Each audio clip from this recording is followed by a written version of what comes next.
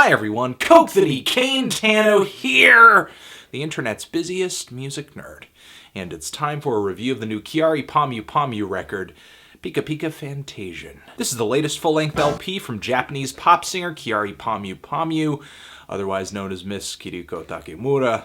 She has been making musical waves since 2011, 2012, with a series of incredibly sugary and smiley pop singles that have been paired with the cutest, most cuddliest music videos known to man. And Kyary's production is handled by multi-instrumentalist, producer, and songwriter Yasutaka Nakata, who has been previously known for creating music for other girl groups such as Perfume or creating music within projects such as Capsule. But moving from these projects to Kyary, Nakata's music has seen incredible international success, fitting her image and her voice and her character perfectly. When Nakata works with Kyary, his production tends to run a little more playful, colorful, silly, almost childlike in tone. For me, Kyary's output thus far is sort of like the pop music equivalent to first laying eyes upon the inner workings of Willy Wonka's chocolate factory. Your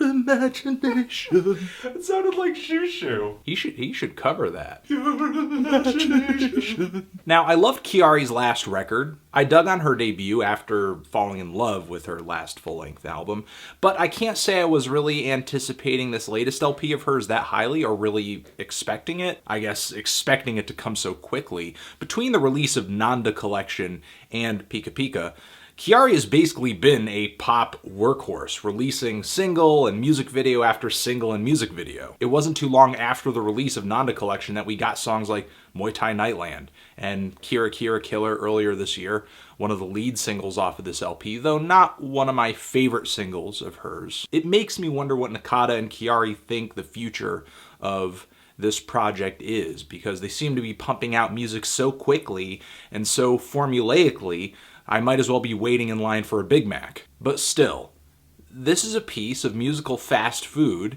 that I'm happy to line up for. Nakata and Kyary, to me, are still crafting really straightforward, sharp, repeatable singles with sticky, sweet melodies. And the instrumentation across this record is diverse, it's peppy. These songs may be really accessible, but instrumentally I think they have a lot of character, a lot of layers and subtlety. This LP kicks off with an intro track loaded with synthesizers that feel like they're coming out of a Super Nintendo game. It really starts the record off feeling like a fantasy, like a celebration is about to start. The intro is just nothing but balloons and cupcakes and confetti. Deeper into the LP, we get tracks like MOTTAI Nightland, one of my favorite songs on the entire record because of its rolling, marching snare drums, the really tense, driving rhythm in the background. And I love how from the chorus to the verses, the instrumentation sort of changes in tone from being a little dark and kind of ominous and creepy and scary to very cheery and upbeat and sweet. And of course, even in the song's darkest moments, it's not really that dark. It's kind of like a play place sort of dark. Of course, these musical shifts work in perfectly with the music video that goes along with this song. However, I find the track to be just as entertaining without any music video at all. There's the song Serious HITOMI, which is a change of pace, really bombastic, loud, sharp drums. I remember there was a track with some pretty awesome drumming on Kyary's previous album. This track seems to be filling that void this time around. There's some burning guitar leads on this track as well. It's really the album's honest-to-God rock song.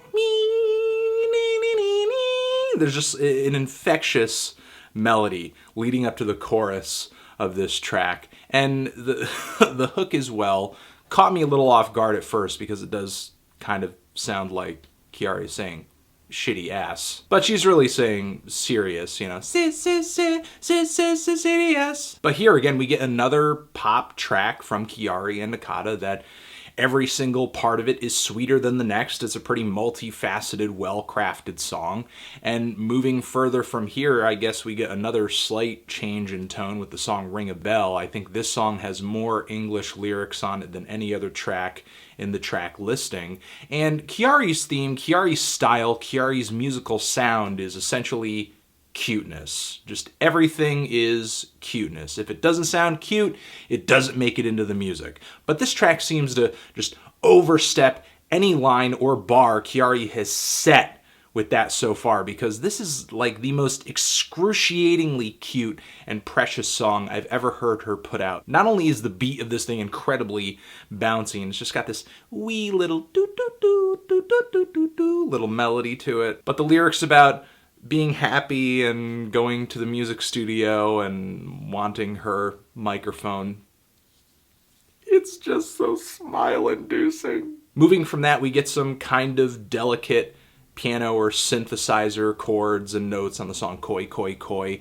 This track is almost like a nighttime song. It's like the moon is in the sky and little mice wearing bow ties and canes and straw hats or whatever are doing a little dance together in a line. That's the imagery that pops into my head when I hear that song. I just like that toward the back end of this LP, Kyary and Nakata seem to be delivering the more delicate songs in the track list. I feel like this album, maybe to a slightly higher degree than Nanda Collection, really takes flow into account, especially with the closer on here. If you do remember in my Nanda Collection review, I sort of remarked that the closing track on that record was maybe one of the more generic tracks on the entire album, and didn't really feel that much like a closer or a goodbye, kind of a generally neutral song for me on the entire record. However, on this album, the song Explorer, which finishes this track list out, it really feels like a proper ending. The instrumentation has the vibe of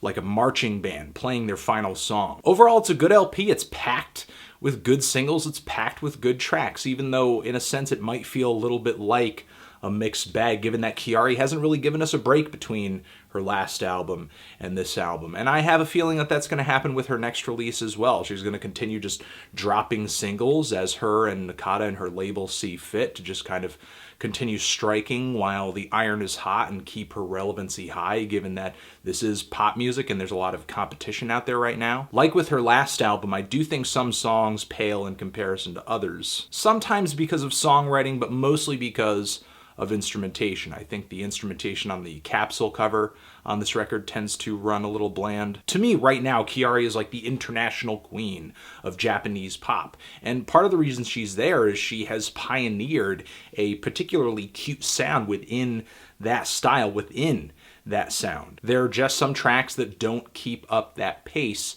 as well as others, and maybe feel a little typical for either Kyary or J-pop in general. But thankfully, there aren't so many of those tracks that it throws off the track listing or even makes this album even a tad unenjoyable. I'm feeling a strong 7 to a light 8 on this thing. Transition, if you've given this album a listen, what did you think about it? Did you love it? Did you hate it? Why? What do you think I should review next? And that's it. Anthony Fantano, Kyary Pamyu Pamyu, car driving by. Forever.